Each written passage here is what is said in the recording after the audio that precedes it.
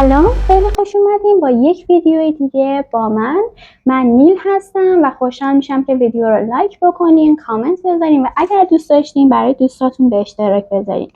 اول از همه میخوام یک ادیت خیلی قشنگ و جذاب بهتون یاد بدم که شما میتونین با عکساتون همچون ادیتی رو بزنین.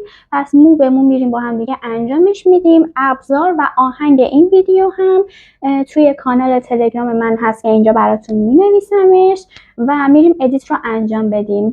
بچه اگر که آهنگ قطع شد به دلیل کپی رایت هستش که بغل ویدیو مینویسم. اول از همه میریم با هم دیگه این ویدیو رو آموزشش رو بهتون بدم. اول از همه میریم آموزشش رو با هم دیگه ببینیم و خوشحال میشم که توی کانال تلگرام قسمت پیوی ویدیوهایی که درست کردین رو برام بنویسین. بریم با هم دیگه انجامش بدیم. وارد برنامه اینشات میشیم و قسمت کالج رو انتخاب میکنیم تا بخوایم اون عکسی که 3 تا بغل هم هست رو با هم دیگه درست بکنیم. گزینش رو انتخاب میکنیم، عکسمون رو میریم انتخاب میکنیم و از توی گالری هر عکسی که خواستین رو انتخاب میکنیم. من 3 تا عکس رو انتخاب میکنم.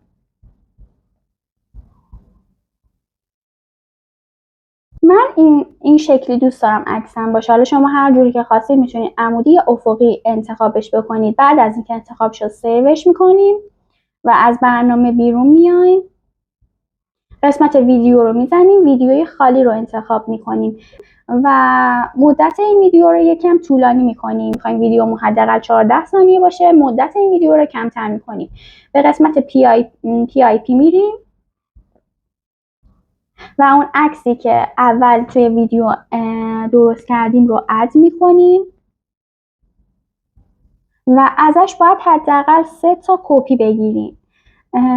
اول میایم توی این قسمت و ویدیو رو روی 9:16 میذاریم، سایزش رو بزرگ میکنیم.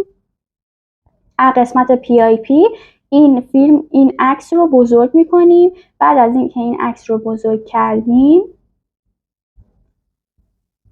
از قسمت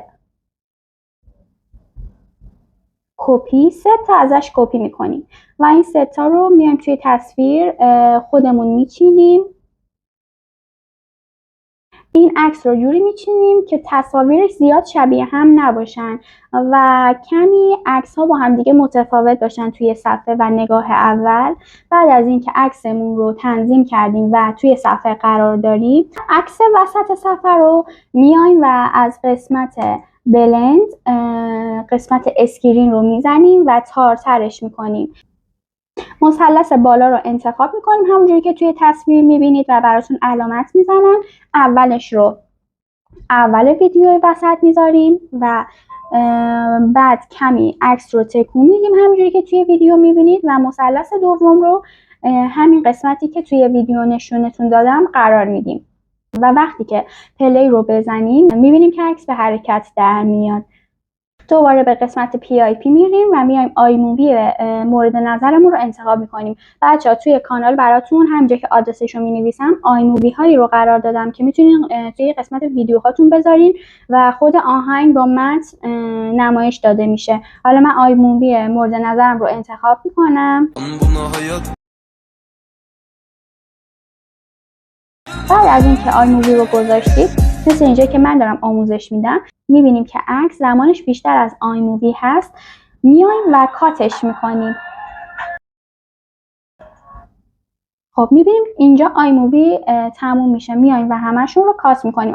بچه خوشحال میشم که ویدیوهای قشنگتون رو برام توی آیدی بفرستین و اگر که این ویدیوها رو دوست دارین لطفا برام کامنت بذارید و بگید تا ویدیوهای جذابتر رو براتون بذارم. این ویدیو آسون بودش. ما از آسون میایم و به ویدیوهای سخت میرسیم.